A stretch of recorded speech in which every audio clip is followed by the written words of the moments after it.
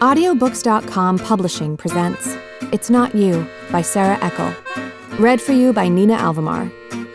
Recorded by arrangement with Peregree, an imprint of Penguin Publishing Group, a division of Penguin Random House, LLC.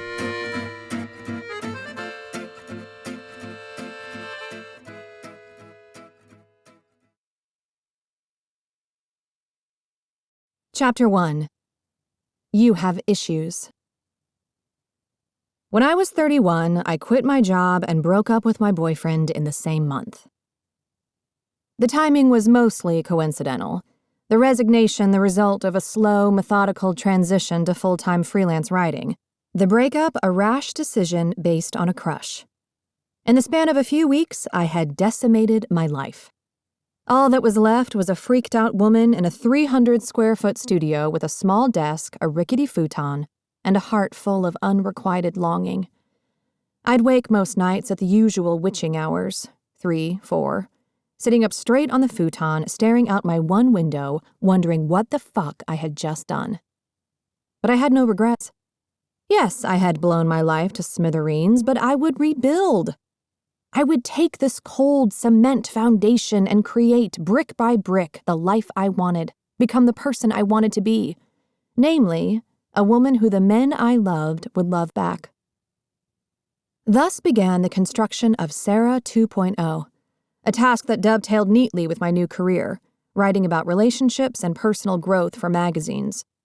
Over the next several years, I interviewed psychology professors and therapists, shamelessly peppering the conversation with anecdotes from my own life, the non-starter relationships, the failed dates, the witty, handsome men who steadfastly refused to love me. I also talked to many self-help authors, each with a fix-it plan tailored to their persona. There was the tough love married lady, who declared the key to finding a soulmate was to quit whining, get real, and for goodness sake put on a little lipstick.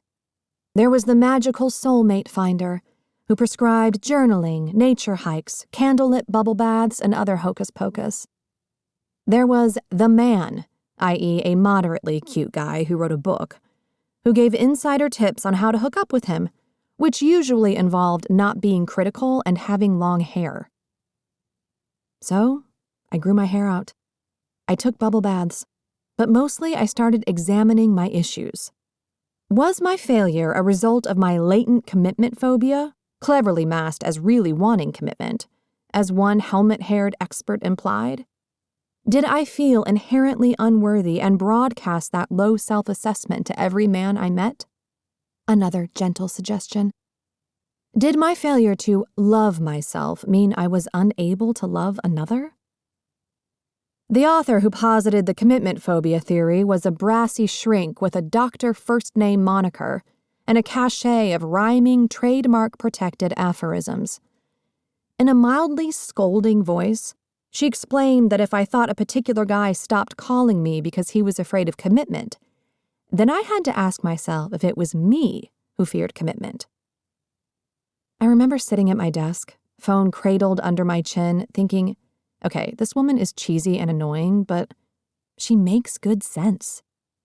Because when I looked back on all the men I dated, they fell into two distinct categories, those I had broken up with and those who broke up with me.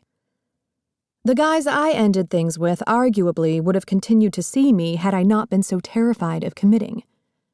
I dealt with this fear by preferring the guys who broke up with me, or who were never interested in the first place, aka the commitment phobes.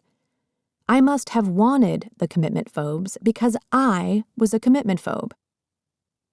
Thus I skated in these perfect circles of logic, ignoring the many areas of my life where I had no problem committing. Leases, work assignments, dinner plans. This last point might not win me any humanitarian awards, but in New York City, it's a notable trait. And brushing aside the hardcore fact that many of the men who lost or never had interest in me proceeded to commit to other women. I was just relieved to have an explanation. That meant there was something to work on, something to do. I could confront my commitment issues, try to be more reliable, get a dog. But even if I had dispensed with this explanation, of course there were many others to explore. Maybe I was too needy. or too independent, too desperate or too picky, too close to my father or not close enough.